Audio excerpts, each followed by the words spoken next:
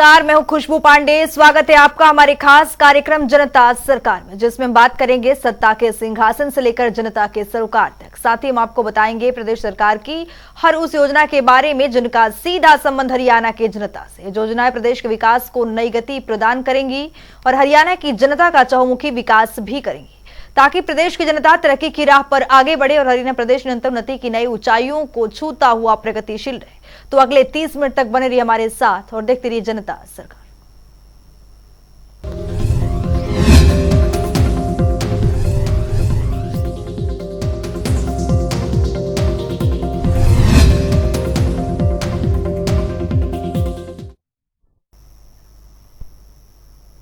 हरियाणा की मनोहर सरकार ने प्रदेश के किसानों के लिए एक नई पहल की शुरुआत की है। दरअसल मुख्यमंत्री ने ऐलान किया है कि फसल खराब होने पर सरकार किसानों को मुआवजा राशि देगी। इसके साथ ही धान की दोबारा रोपाई करने वाले किसानों को भी मुआवजा राशि दी जाएगी। रिपोर्ट देखिए।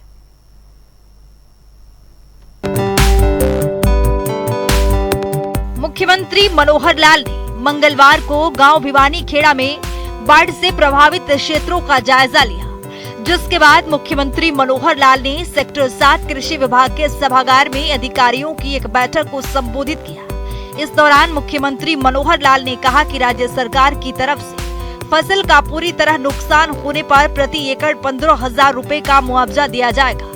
इसके साथ ही धान की दोबारा रोपाई करने वाले किसानों की फसल का अधिकारियों की टीमों द्वारा सर्वे और वेरिफिकेशन का कार्य जल्द प्रभाव से शुरू कर दिया जाएगा और 31 जुलाई के आसपास इसकी रिपोर्ट तैयार कर ली जाएगी, जिसके बाद धान की दोबारा रोपाई करने वाले किसानों को भी रिपोर्ट के आधार पर मुआवजा दिया जाएगा।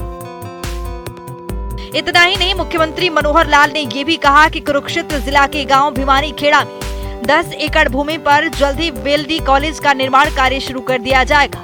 इस प्रोजेक्ट के लिए ग्राम पंचायत की तरफ से पहले ही 10 एकड़ भूमि लाला लाजपत राय वेटरनरी विश्वविद्यालय हिसार के नाम पर कर दी है।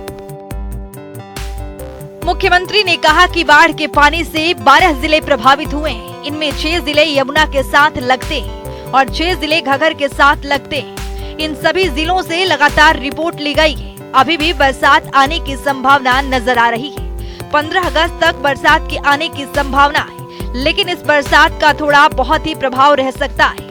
प्रदेशवासियों को चिंता करने की जरूरत नहीं है। इन 12 जिलों में सरकार और प्रशासन ने लोगों को हर संभव राहत पहुंचाने का काम किया है। इस कार्य में समाज सेवी और धार्मिक संस्थाओं ने भी काफी सहयोग किया है।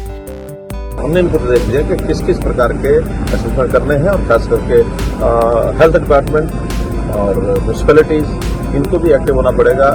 सफाई ठीक से हो जाए, बीमारी ना फैले, उसके नाते से फॉगिंग है, उसके नाते से छोटे छोटे कैंप लगाने की बात है। जो प्रारंभ में ही बीमारी हो जाती है, स्किन की डिजीज है, कहीं बुखार है, कहीं खांसी है, कहीं जुकाम है, कहीं डिजीज है, इन सब चीज़ों की रोकथाम के लिए एक्टिव होकर के, और जब तक ये बरसात का सीजन है तब तक जरूर एक्टिव रह करके चीज़ों को करना। आगे चल करके ये लॉन्ग टर्म की चीज़ें हैं और हमने ये कहा भी है कि सैटेलाइट से हम एक इस समय का इमेज ले रहे हैं कि पानी कहाँ कहाँ रुका है और कहाँ पानी ज़्यादा भरा है। जो पानी का बहाव का क्षेत्र है उसका जो रेवेन्यू में जितना रिकॉर्ड है उतने रास्ते को खुलवाया जाए कि एनक्रोचमेंट ठीक किया जाए। अभी सरस्वती नदी की मुझे शिकायत मिली है कि यहाँ लोगों ने एनक्रोचमेंट कर ली और एनक्रोचमेंट करने के बाद जो रास्ता 25-30 फुट का रेवेन्यू रिकॉर्ड में है वहाँ भी 10 फुट 15 फुट बचा लोगों ने उसको इस प्रकार से एनक्रोचमेंट किया है। तो सारा विषय ये लॉन्ग टर्म की चीजें हैं। इस बरसात के सीजन के खत्म होने के बाद इस पर करना है। मुख्यमंत्री मनोहर लाल ने कहा कि प्रदेश में बाढ़ के पानी से प्रभावित क्षेत्रों में पूरी तरह खराब हो चुकी फसल का पंजीकरण करवाया जा रहा है और पूरी तरह फसल खराब होने पर सरकार की तरफ से 15,000 रुपए प्रति एकड़ मुआवजा भी दिया जाएगा। जिन किसानों की खेतों से पानी उतर चुका है उनके नुकसान का आकलन किया जा रहा है। मुख्यमंत्री ने कहा कि कुरुक्षेत्र में भिवानी खेड़ा गांव में जायजा लेने के बाद ये विषय भी सामने आया कि कुछ किसान अब दोबारा धान की रोपाई कर रहे हैं। इस विषय को जहन में रखते हुए अधिकारियों को आदेश दिए गए हैं कि दोबारा रोपाई करने वाले किसानों की फसलों का जल्द सर्वे किया जाए और वेरिफिकेशन भी किया जाए। इसके साथ ही मेरी फसल मेरा ब्यौरा पोर्टल पर प्रावधान किया जाएगा। इस पोर्टल पर दोबारा फसल की रोपाई करने वाले भी अपना पंजीकरण करवा सकेंगे। इसके बाद सही आंकड़े मिलने के बाद फसलों के नुकसान का पूरा डाटा सामने आएगा क्योंकि दोबारा रुपाई करने वाले किसान का बीज, खाद और रुपाई पर खर्चा जरूर आया होगा। इसीलिए इन किसानों को भी मुआवजे के रूप में कुछ न कुछ राशि जरूर दी जाएगी। इस कार्य को 31 जुलाई के आसपास पूरा कर लिया जाएगा और कुरुक्षेत्र में लगभग 15,000 एकड़ में फसल का नुकसान हुआ है। आज ही मैंने एक हम लोगों को निर्देश दिए हैं जो क्षतिपूर्ति पोर्टल है, अभी तक उसमें फसल के नुकसान की ही भरपाई यानी एंट्री होती है। अब हम एक दिन में उसमें कर देंगे कि जो बाकी लॉस है, loss of property, loss of assets, वो भी सारे उसमें उठाए जा सके। खास करके मकान टूट गए हैं, किसी के पशु का देहांत हो गया है, किसी के फैक्ट्री के अंदर कोई सामान जो है वो खराब हुआ है, किसी की दुकान में सामान खराब हुआ है, वो सारा लॉस का आंकलन और यूनिवर्सिटी में अभी भी मैंने निर्देश दिए कि या किसी जिले के टीम को कि हर प्रकार के लॉस का असेसमेंट करें। हम ये थी कि जो शायद पूरा नुकसान न भी दिया जा सके, लेकिन लोगों के नुकसान जो हुआ है उसकी जो मरम्मत कम से कम लगाई जा सके, उनको कुछ न कुछ सहायता दी जा सके, ऐसा हम लोग। बैठक में विधायक सुभाष सुधा, विधायक रामकरण काला सहित अन्य वरिष्ठ अधिकारी उपस्थित रहे। जनता टीवी के लिए कुरुक्षेत्र से रणदीप रोड की रिपोर्ट। मुख्यमंत्री मनोहर लाल हरियाणा प्रदेश के विकास के लिए कई महत्वपूर्ण कदम उठा रहे हैं। पिछले 8.5 वर्षों में मुख्यमंत्री ने न केवल बच्चों के पालन पोषण, मुफ्त शिक्षा और रोजगार के लिए कई योजनाएं चलाई है, बल्कि जनसंवाद कार्यक्रम के दौरान मुख्यमंत्री ने 24 घंटों में नागरिकों की समस्याओं का समाधान भी किया है। इसकी वजह से हरियाणा में ऐसी मिसाल कायम हुई है जिसकी चर्चा देश भर में हो रही है। देखिए खास रिपोर्ट के जरिए।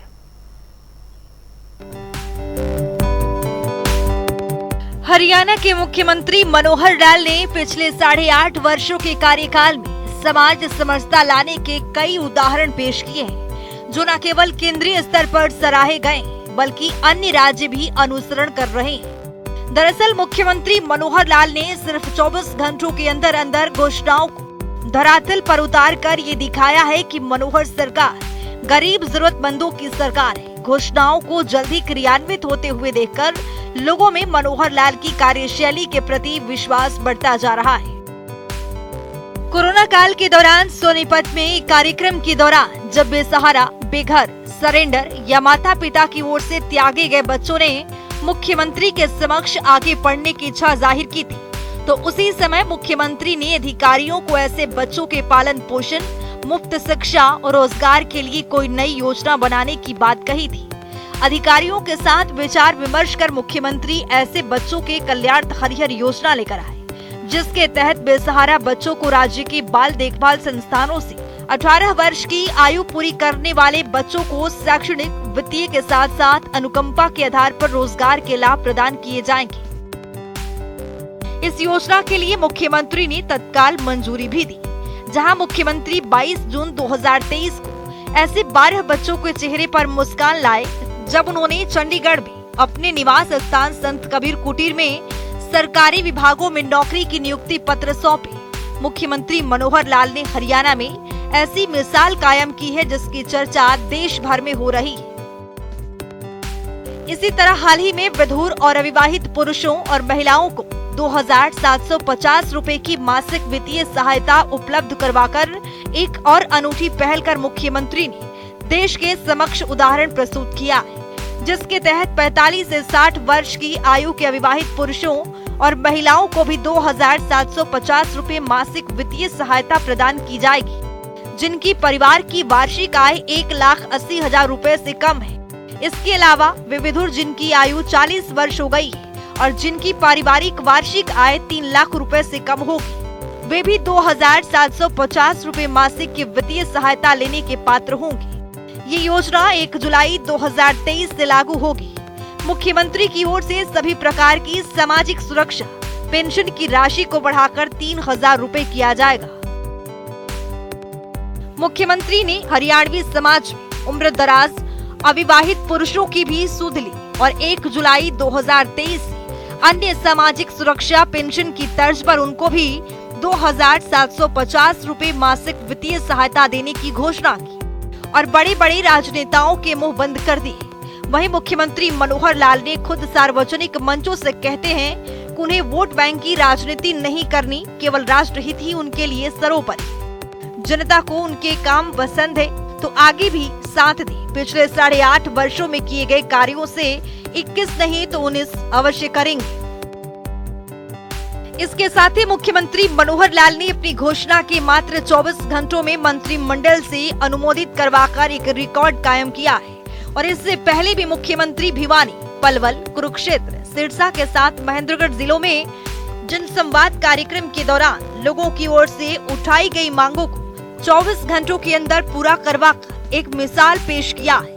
हर जिले में 3 दिनों के जनसंवाद कार्यक्रम के दौरान लोगों की ओर से रखी गई मांगों को जल्द पूरा होते देख मुख्यमंत्री की कार्यशैली के प्रति लोगों का विश्वास बढ़ता नजर आ रहा है, क्योंकि मुख्यमंत्री खुद काट और मुद्दों पर बैठकर एक मुखिया की तरह लोगों की बात सुनते।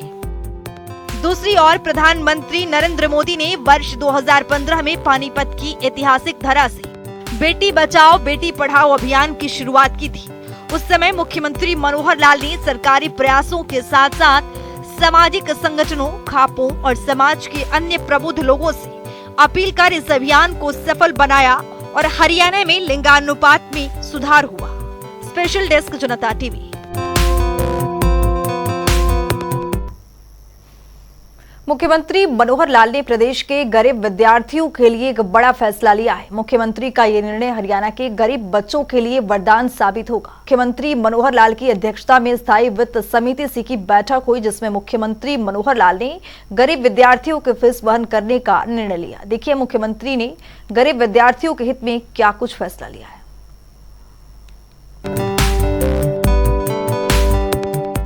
हरियाणा की मनोहर सरकार प्रदेश के नागरिकों के लिए कई योजनाएं चला रही है और इसी में से एक है परिवार पहचान पत्र योजना।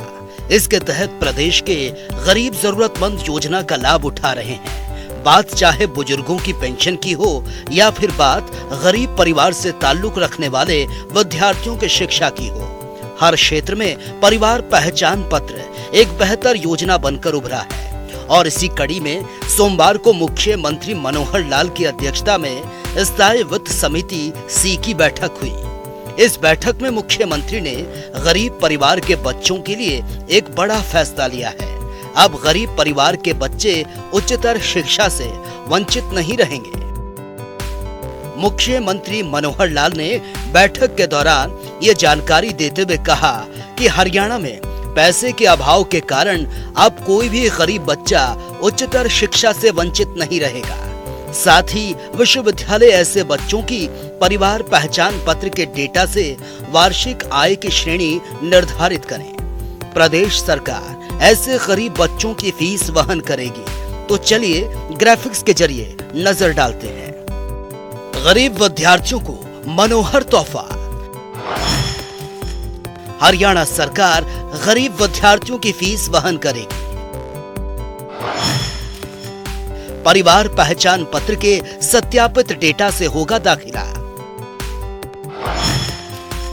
खेल विश्वविद्यालय हरियाणा राय सोनीपत के भवन के लिए जारी होगी ग्रांट। अन्य निर्माण कार्यों के लिए 100 करोड़ रुपए की ग्रांट की जाएगी जारी। सोनीपत में स्पोर्ट्स इंफ्रास्ट्रक्चर से संबंधित विभिन्न विषयों में अनुसंधान को मिलेगा बढ़ावा। मुख्यमंत्री ने हरियाणा खेल विश्वविद्यालय स्थापित करने का निर्णय लिया था। हरियाणा खेल विश्वविद्यालय वर्ष 2023-24 में शुरू करेगा काम। मुख्यमंत्री ने विश्वविद्यालय के लिए स्थायी वित्त समिति सी में 100 करोड़ की राशि प्रदान की है। 50 करोड़ रुपए ऋण के रूप में अनुदान और 50 करोड़ रुपए ग्रांट इन एड के रूप में शामिल हैं। इसके साथ ही बैठक में विश्वविद्यालय के कुलपति एस.एस. देसवाल ने मुख्यमंत्री को अवगत कराया कि हरियाणा खेल विश्वविद्यालय 254 एकड़ भूमि पर स्थापित किया जा रहा है, जिसके लिए साल 2023-24 में 100 करोड़ रुपए, 2024-25 में 230 करोड़ रुपए, 2025 और 26 में 200 करोड़ रुपए, 2026 और 27 में 100 करोड़ रुपए खर्च किए जाएंगे। इसके लिए कुल 630 करोड़ रुपए के बजट का प्रस्ताव है। इस विश्वविद्यालय में खेल विज्ञान में PhD, MSc, BSc के नियमित कोर्स होंगे। इसके अलावा 50 सीटों पर 42 दिन का फिटनेस सर्टिफिकेट कोर्स भी आरंभ करने का प्रस्ताव है। MSc की 20, BSc की 50, PhD की 5 सीटें होंगी। उन्होंने कहा कि हरियाणा के युवा सेना, अर्धसैनिक बल और पुलिस में भर्ती होने के साथ साथ शारीरिक तौर पर तैयारी करने के लिए प्राइवेट एजेंसियों के पास जाते हैं, जहां पैसे भी अधिक लिए जाते हैं, जिसको देखते हुए विश्वविद्यालय कम पैसे में कोर्स करवाएगा। और उन्होंने ये भी जानकारी दी कि वर्तमान में देश में पटियाला, इम्फाल, चेन्नई और वडोदरा में खेल विश्वविद्यालय संचालित है। इसके अलावा समिति ने लाला लाजपत राय पशु चिकित्सा एवं पशु विज्ञान विश्वविद्यालय हिसार के लिए 105 करोड़ रुपए जारी करने की स्वीकृति प्रदान की। इस बैठक में वित्त विभाग के अतिरिक्त मुख्य सचिव अनुराग रस्तोगी, पशुपालन विभाग के अतिरिक्त मुख्य सचिव अंकुर गुप्ता और मुख्यमंत्री के प्रधान सचिव वी उमा शंकर VC के माध्यम से जुड़े। ब्यूरो रिपोर्ट, जनता टीवी। हरियाणा की मनोहर सरकार प्रदेश के किसानों के हित में कई कदम उठा रही है ताकि प्रदेश का किसान समृद्ध हो सके। इसी कड़ी में हरियाणा सरकार ने किसानों के लिए मेरा पानी मेरी विरासत योजना भी शुरू की है। इसके तहत कई पहल प्रदेश सरकार ने की है, जिसमें से एक है सूक्ष्म सिंचाई योजना। इस योजना के अंतर्गत किसानों को हर खेत तक पानी पहुंचाना सरकार का मकसद है। रिपोर्ट देखिए।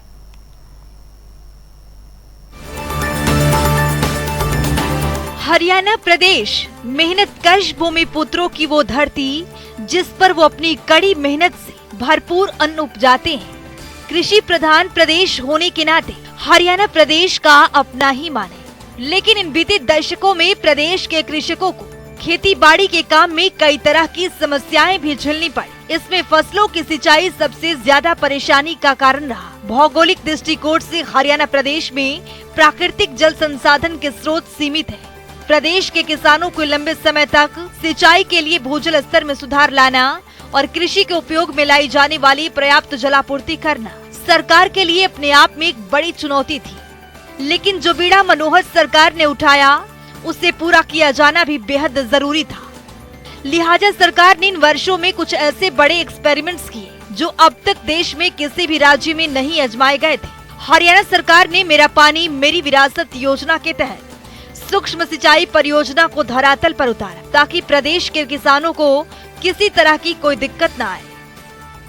खेती बाड़ी में नहरी या ट्यूबवेल के जरिए परंपरागत फ्लड इरिगेशन सिस्टम की तुलना में सूक्ष्म सिंचाई परियोजना किसानों के लिए वरदान साबित हो रही है। दरअसल फ्लड इरिगेशन सिस्टम से जहां एक और भूजल का अत्यधिक दोहन होता है, वहीं पानी की खपत भी अधिक रहती है। भविष्य में जल संसाधनों की आवश्यकता को देखते हुए सूक्ष्म सिंचाई परियोजना हरियाणा सरकार की दूरदर्शी सोच और सिंचाई प्रबंधन की एक बेहतरीन विधि साबित हो रही है। तो चलिए ग्राफिक्स के जरिए समझते हैं। सूक्ष्म सिंचाई प्रणाली में कम पानी से अधिक क्षेत्र की सिंचाई की जाती है। इस प्रणाली में पानी को पाइपलाइन के जरिए जल स्रोत से खेत तक पानी पहुंचाया जाता है।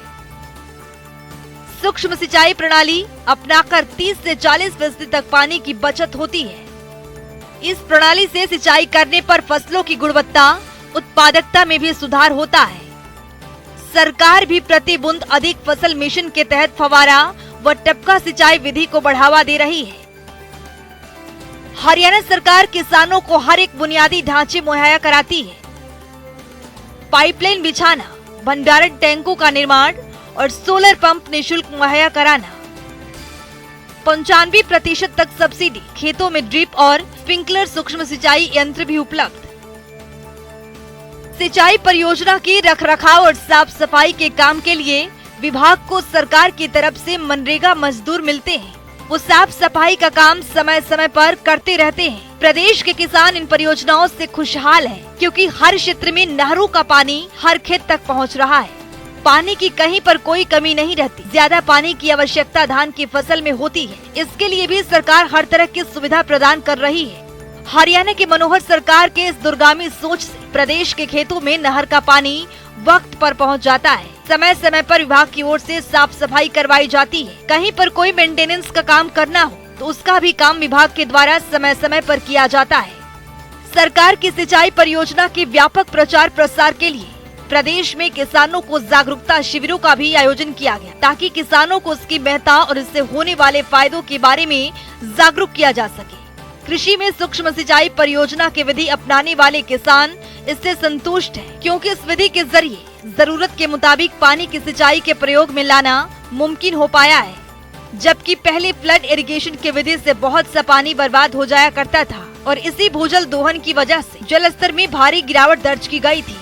हरियाणा सरकार के इस तरह के प्रयासों का ही नतीजा है कि आज कुशल जल प्रबंधन से सिंचाई के लिए पर्याप्त जल की बेहतर व्यवस्था हो पाई है।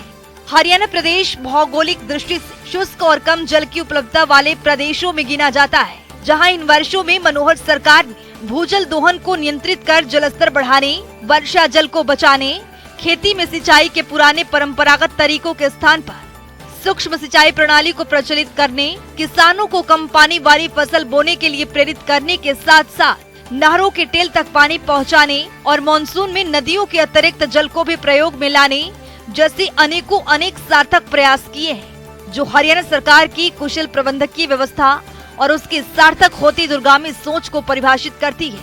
ब्यूरो रिपोर्ट, जनता टीवी। तो चलिए अब जान लेते हैं आज के सवाल का विजेता कौन है।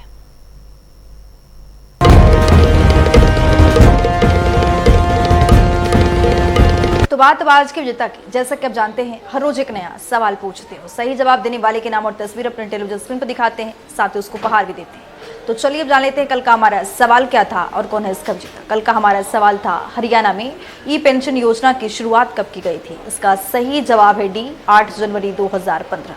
ढेरों जवाब है, लेकिन आज के हमारे विजेता हैं रोहतक से नीरज चौहान। नीरज, आपको बहुत बहुत बधाई। तो फिर पूछेंगे आज का सवाल, देखते रहिए जनता टीवी।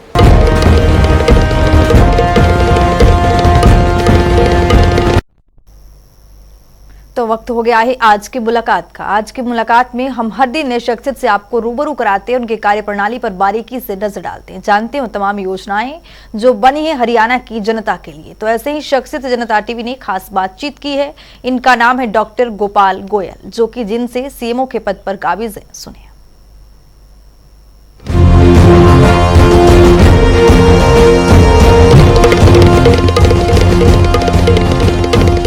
निरोगी हरियाणा प्रोग्राम माननीय राष्ट्रपति ने 29 नवंबर 2022 को इस प्रोग्राम का शुभारंभ किया था।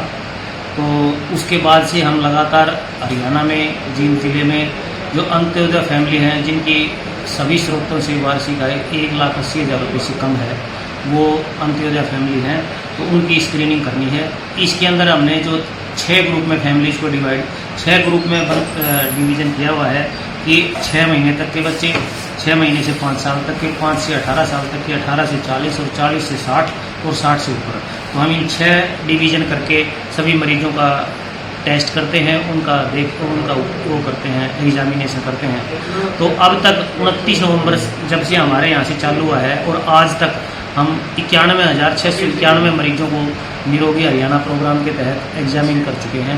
इसमें से 20,862 पेशेंटों के हमने ब्लड, यूरिन ये टेस्ट किए हैं। नॉर्मली हम इसके अंदर अनीमिया चेक करते हैं, CBC, एक ब्लड शुगर, एक ब्लड यूरिया, सीरम क्रिएटिनिन और कोलेस्ट्रॉल, ये चीज़ें चेक करते हैं। तो जहाँ जहाँ हमारे पास जितनी सुविधा उतने टेस्ट करते हैं। सभी पेशेंटों की फिलहाल ज़रूरत भी नहीं होती, कुछ के कर नहीं पाते हैं। और अब तक हम जो है 13,355 हमने इसमें रोगी निकाले हैं जो किसी न किसी बीमारी से ग्रसित पाए गए हैं। और इसमें सबसे ज़्यादा 4876 पेशेंट अनीमिया यानी खून की कमी के निकले हैं। तो इस तरह से एक डाटा हमारे पास कलेक्ट हो रहा है। अब जो 4876 पेशेंट अनीमिया के हैं, इसका बिल्कुल सिंपल इलाज है। उनको समझाना भी, आयरन ज़्यादा खाना, आयरन की गोलियाँ देते हैं और मरीज़ को समझाते हैं कि घर में ही जो पौष्टिक आहार है जिसमें आयरन ज़्यादा होता है वो खाएँ। तो एक बहुत ही अच्छा प्रोग्राम है और धीरे धीरे इसका विस्तार हम करते जा रहे हैं। जो हमारे पास फिलहाल ब्लड टेस्टिंग की कुछ दिक्कत है, अदरवाइज हमारी सारी टीमें जिले में लगी हुई हैं और हमारी कोशिश रहेगी कि जितने पेशेंट एग्जामिन करें सबका हम ब्लड टेस्ट करें।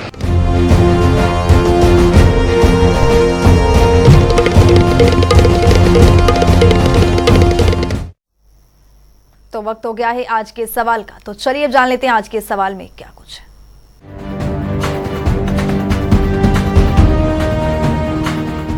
हर रोज की तरह हाजिर हूँ आज का सवाल लेकर। जैसा कि आप जानते हैं हर रोज एक नया सवाल पूछते हैं, सही जवाब देने वाले के नाम और तस्वीर अपने इंटेलिजेंस स्क्रीन पर दिखाते हैं, साथ ही उसको उपहार भी देते हैं। तो चलिए नजर डालते हैं आज के सवाल पर। हरियाणा में महिला समृद्धि योजना की शुरुआत कब की गई थी? ए 3 जुलाई 2023, बी 3 जुलाई 2022, सी 3 जुलाई 2020, डी 3 जुलाई 2021। तो दीजिए सही जवाब और बनिए विजेता।